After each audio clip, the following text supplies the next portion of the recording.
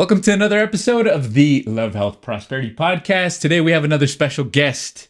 His name is Jaime Salas. He is a guy that I used to work with for a very long time. As a matter of fact, when I first got into the mental health field, I was privileged and honored to be able to meet with this guy and to be able to be under his guidance.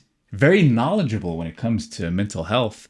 When I first started, I was extremely nervous, didn't really know what I was doing, very new at being a case manager in this particular situation.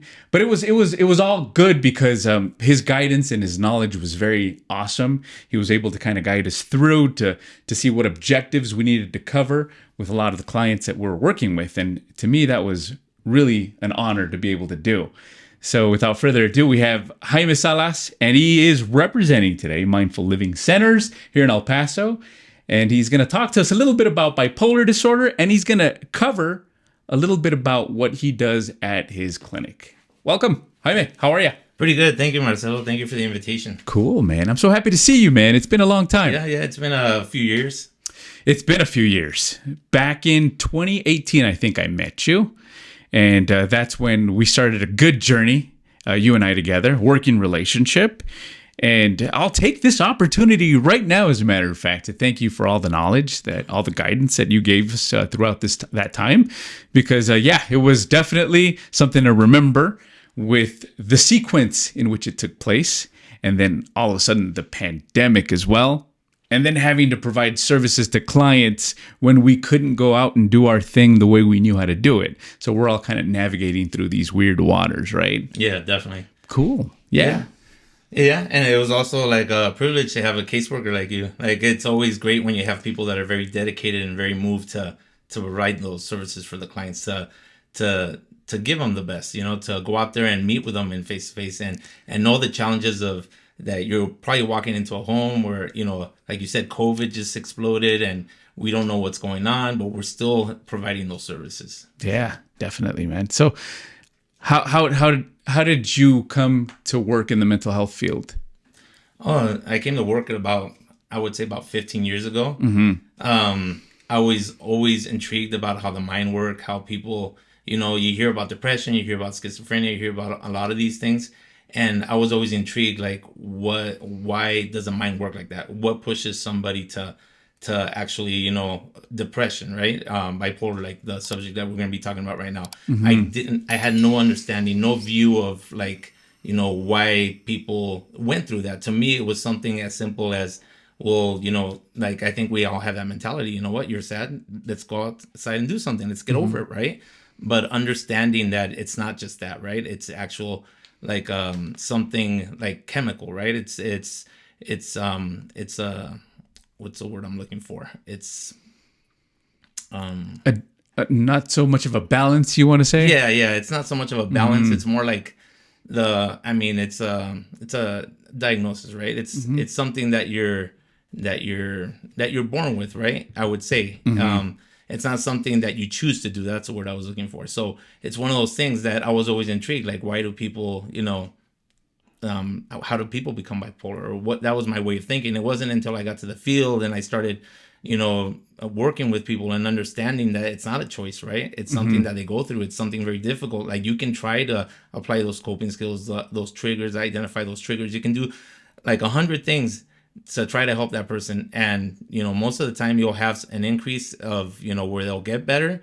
But as they'll get better for 6 months and then something will trigger them and then they'll be back to where they were before. And it's, as a caseworker, it can be very frustrating. It can be something very difficult to understand, especially when you're starting. But it was one of those things where I would have like clients and patients, and they'd come up to me and they'd tell me, you know what, Jaime, like, and even up to this day, they'll see me out on the street and they'll be like, hey, Jaime, you know what? Like, I really enjoyed working. And I think you've had the same experience, right? Working with people, you'll run into clients at the store and you'll be like, Marcelo, like I remember you were my case manager when I was like 12 years old and you helped me out with this and that, right? Mm-hmm. And that's what really like brings us this joy, right? Knowing that we made a difference in people's lives.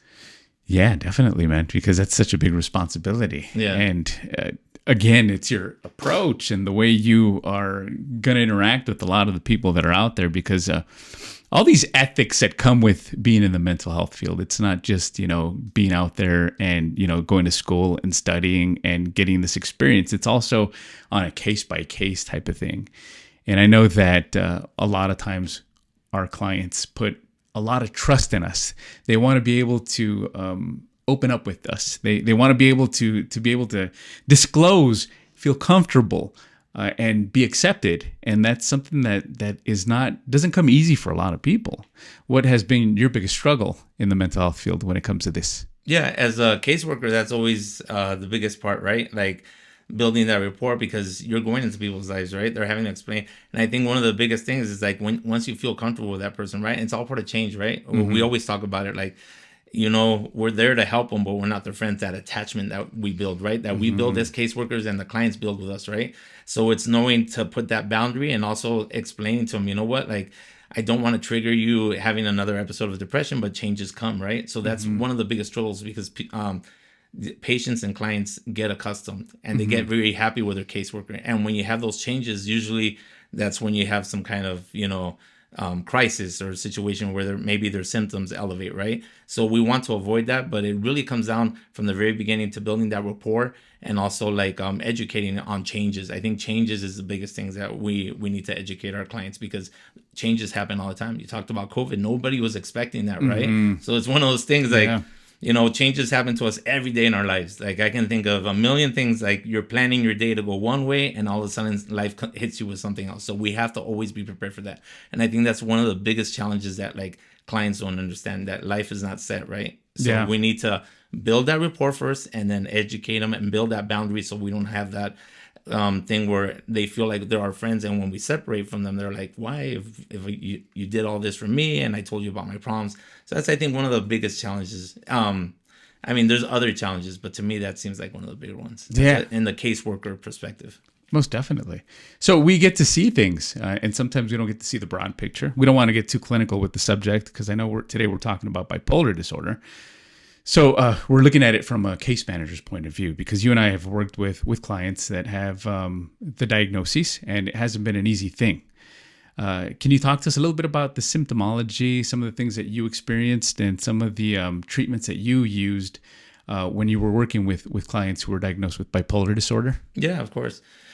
So bipolar disorder, I mean, it's the depression and mania. That's what the main thing that everybody thinks about. But there's other symptoms that fall into that, right? There's depression, and then you said mania. Okay. Yeah. And but I mean, and again, I'm not clinical, so it's working with clients that are bipolar. It's like you go in there and, they're very depressed.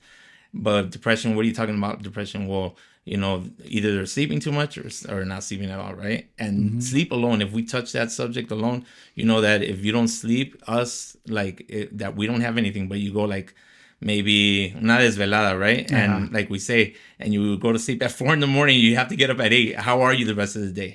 Groggy, like sleepy, not feeling well. Now imagine going through that like on a daily, right? And that's one of those symptoms of bipolar, the depression, right? That could be one of the things. And so you got to think about how much that's triggering other things, because then we're talking about not having the ability to focus or concentrate, right? And that goes with another list of problems, right? Because somebody that's not focusing or concentrating, and if they're taking their medications, what's going to happen? They're probably not going to take them when they're supposed to, and then that's gonna spiral into into like other issues, right?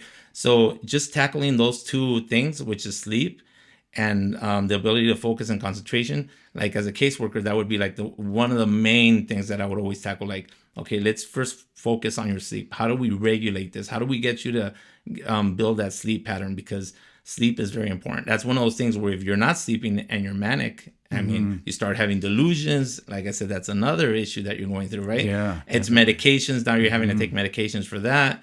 I mean, most likely when you're manic and you haven't slept, a lot of times people go into a crisis and they end up in the hospital. They're making risky decisions. So there's a lot of factors that fall into the whole bipolar thing, right? So usually when I meet with a client, like I try to focus, like the first thing is like, okay, let's focus on your sleep. What's not causing you to sleep? Is it your sleep patterns? Are you taking your medication? Or what about like holistic remedies such as like teas, verbal teas, or melatonin, like and then you have to be careful also, because thinking of clients and thinking of that, I mean, one example, I had a client that couldn't fall asleep with the medication she was taking, right? Because she was bipolar. And then she went and took melatonin, which ended up putting her in the hospital. And then when she went into the hospital, they told her, well, you took this medication and you took melatonin. So to us, it looks like you're trying to commit suicide, right? Yeah. So there's a lot of factors that play into like when we're meeting with clients and we're working with clients. The bipolar is such a big subject. I mean, there's so many aspects of it that we could spend here hours talking about. And that's just from the caseworker from the case management point of view. Case management. Yeah, exactly. Yeah. So you had young clients and you had older clients. What would you say would be the difference between having to work with a young client who was diagnosed with bipolar disorder and then an older client? Can you think of a situation, or can you think of scenarios in which you had to be very dynamic in your approach and the way you were working with a certain client? Because obviously we have to be very strategic sometimes and come up with a good strategy to be able to help them out, right? Yeah. And it's going to lead me to my next question, but what was the difference for you to work with, younger clients versus the older clients diagnosed with bipolar disorder? Yeah. So with older clients with bipolar, I mean, it's one of those things where they already know, they understand, they've already been through like case managers, they already understand their triggers, they already understand everything. And the difficult part about them is like you know, and they know what they need to do. Mm-hmm. It's getting them motivated. It's making them understand, like, are we going to continue this every day? Are we going to, and it's very difficult because if it were like where you could snap your fingers and they'd get it, or, they would do it.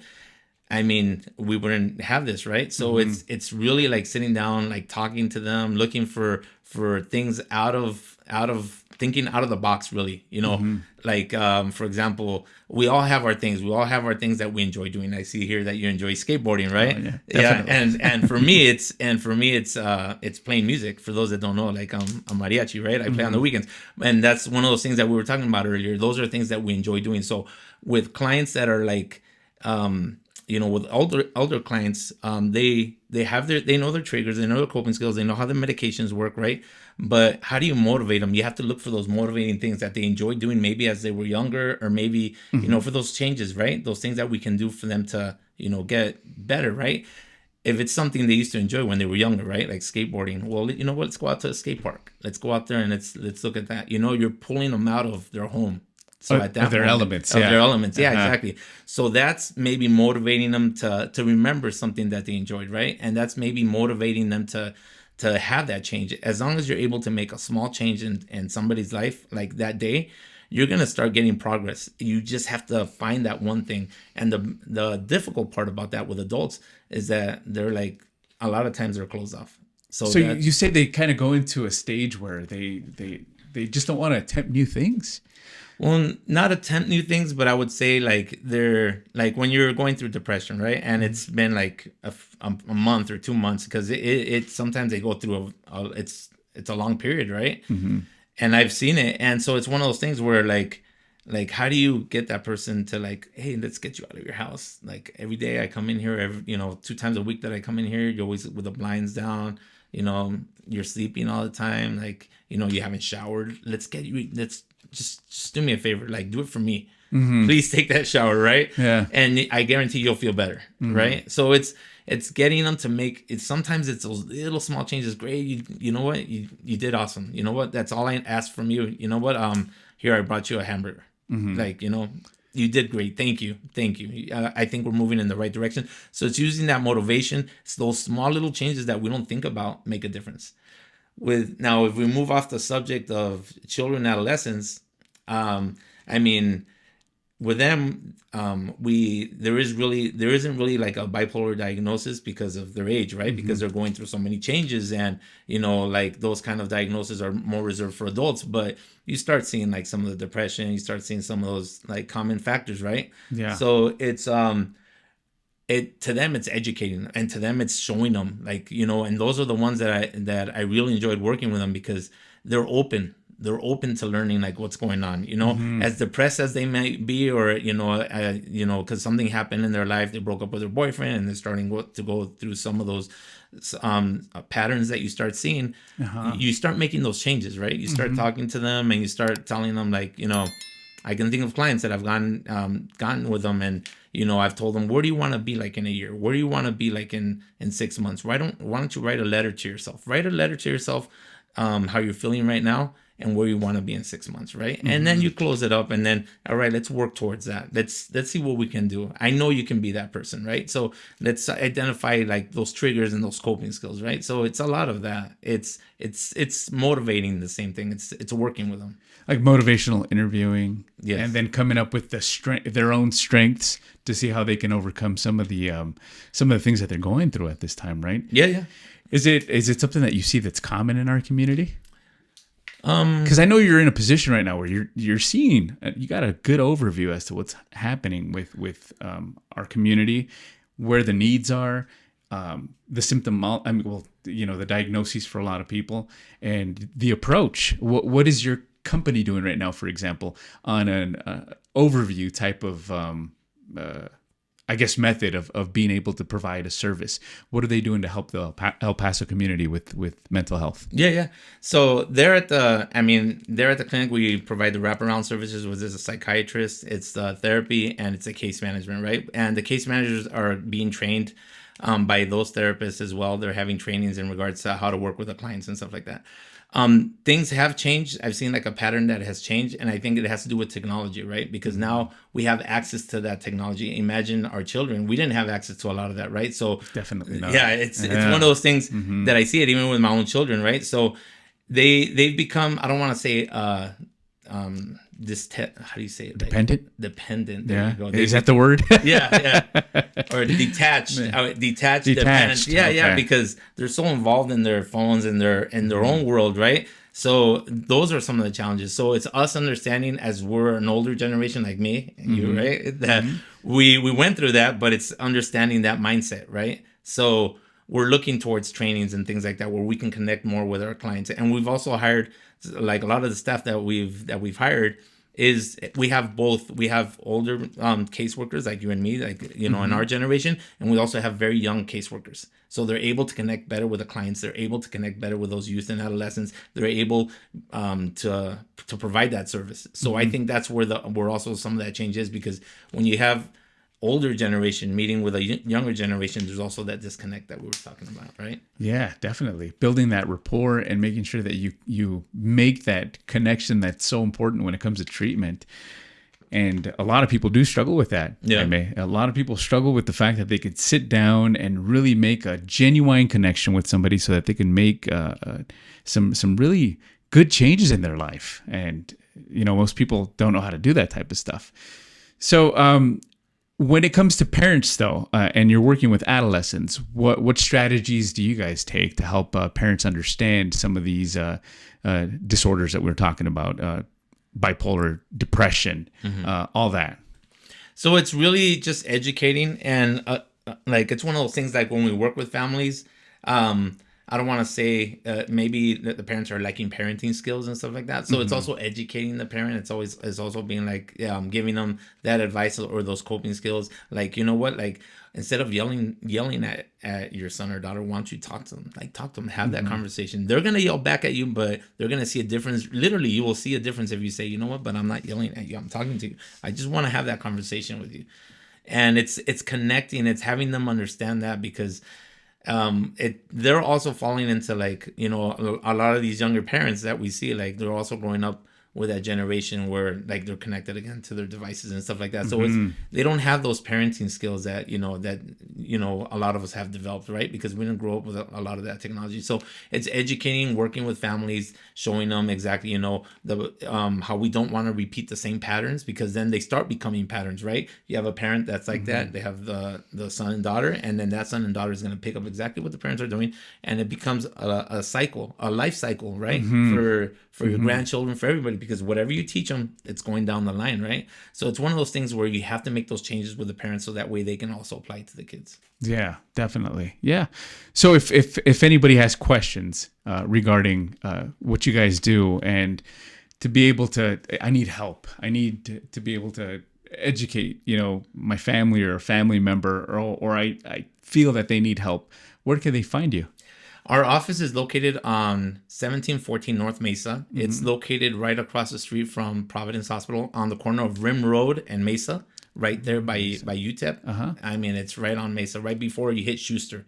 So it's right there. It's a 2-story building right on the corner. They can also give us a call to our clinic, and I'll go ahead and leave my telephone number and my email so that way you guys can reach out to us. Awesome. Yeah. We actually have all that information that's going to be linked during, for this podcast, as a matter of fact. Okay. And we do want to really thank you for giving us a little bit of your time and talking to us a little bit about your clinic and all the things that you guys are doing right now for this great El Paso community. When we could shed light to our people regarding help, regarding being able to access services, we're completely grateful for that. Is there something that you want to add before we end today? I just want to say thank you, Marcelo. It was awesome seeing you after all these years. And I mean, we look forward to providing that service to everybody. I mean, it's not one of those things. And I would love to do another segment with you to give you what our plans are here in the local community as we continue to grow with this company. That'd be great. Yeah. That'd be awesome. We're totally looking forward to a future interview for sure. Yeah. Awesome, man. Okay. Well, thank you for being on our show today, Mr. Jaime. And thank you guys for watching our show today. We'll see you next week.